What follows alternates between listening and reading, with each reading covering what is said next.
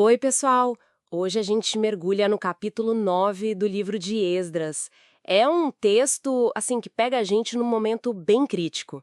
Imagina a cena: o pessoal tinha acabado de voltar do exílio na Babilônia, sabe? Era para ser um tempo de reconstruir tudo, de voltar para a fé. Mas aí alguns líderes chegam para Esdras com uma notícia, olha, preocupante. Eles dizem que o povo, e isso incluía até sacerdotes e levitas, não estava se mantendo separado dos povos vizinhos, cananeus, hititas, todos aqueles listados ali. Pelo contrário, estavam adotando práticas deles que o texto chama de detestáveis. E o centro do problema eram os casamentos. Casamentos com mulheres desses outros povos. A preocupação era misturar a santa descendência, essa ideia forte de um povo escolhido, né, com as pessoas dali. E o que deixou Esdras chocado mesmo foi saber que os líderes, os oficiais, foram os primeiros a cometer essa infidelidade. É pesado. A reação dele, nossa, muito intensa. Ele rasga as roupas, a túnica, o manto, arranca cabelo, barba, fica sentado assim, em choque, completamente consternado. E ele não estava sozinho nessa dor, né? Outras pessoas que também levavam a sério a palavra de Deus, que tremiam diante dela, se juntaram a ele, ficaram ali, consternados, até a hora do sacrifício da tarde. Exato.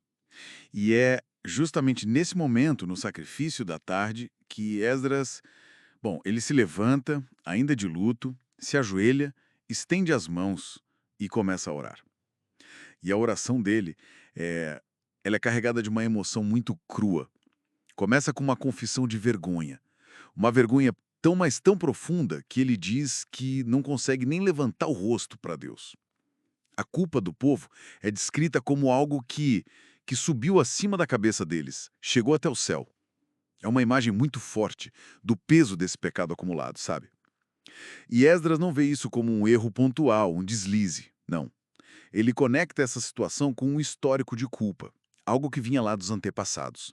Ele reconhece que foram os pecados antigos que levaram o povo, os reis, os sacerdotes, a espada ao cativeiro, a humilhação por reis estrangeiros.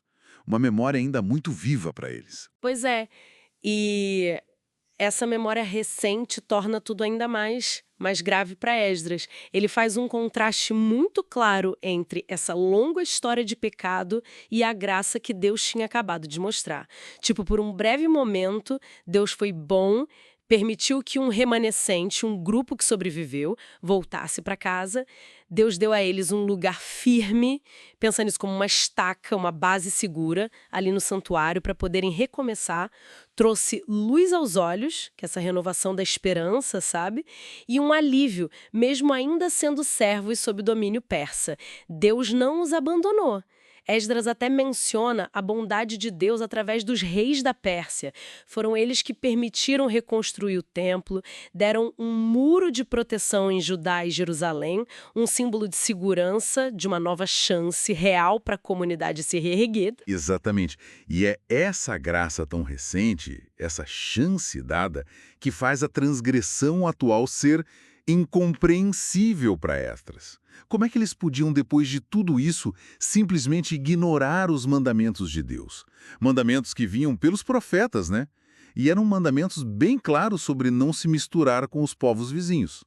As práticas desses povos eram vistas como uma contaminação, algo que colocava em risco a própria aliança com Deus. A ordem era explícita. Nada de casamento misto, nada de aliança que pudesse diluir a identidade deles ou comprometer a relação com Deus. Essa separação era vista como fundamental para eles se fortalecerem e permanecerem fiéis na terra. Não era só uma questão étnica, entende? Era sobre preservar uma identidade religiosa, cultural, única. A gente quase sente a angústia na voz de Esdras quando ele pensa nas consequências, né? Ele pergunta para Deus, basicamente.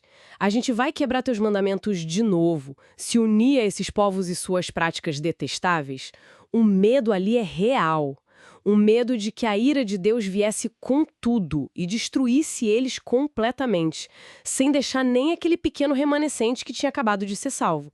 Imagina o desespero. E a oração termina com o reconhecimento, uma afirmação da justiça de Deus. Esdras diz: Ó Senhor, Deus de Israel, tu és justo. Ele reconhece, Nós estamos aqui, somos um remanescente sim, mas estamos cobertos de culpa. A conclusão é dura. Por causa dessa culpa, ninguém pode subsistir, ou seja, ficar de pé, aguentar firme, na presença santa de Deus. Isso mostra a seriedade que eles viam nessa transgressão contra a santidade divina. Então, o capítulo 9 nos deixa com essa tensão enorme, né?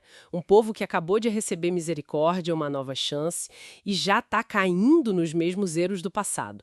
Essa questão do casamento vira um símbolo dessa luta maior pela fidelidade, pela identidade da comunidade. Pois é, e isso nos leva a pensar, né? Considerando essa forte ênfase que o texto dá na separação cultural religiosa como algo chave para a identidade e o reconhecimento claro das consequências da desobediência no passado, que tipo de reflexão isso provoca hoje sobre os desafios de manter a identidade e a fidelidade de um grupo, especialmente em tempos de reconstrução ou de muito contato com outras culturas, outras visões de mundo? Fica aí a questão.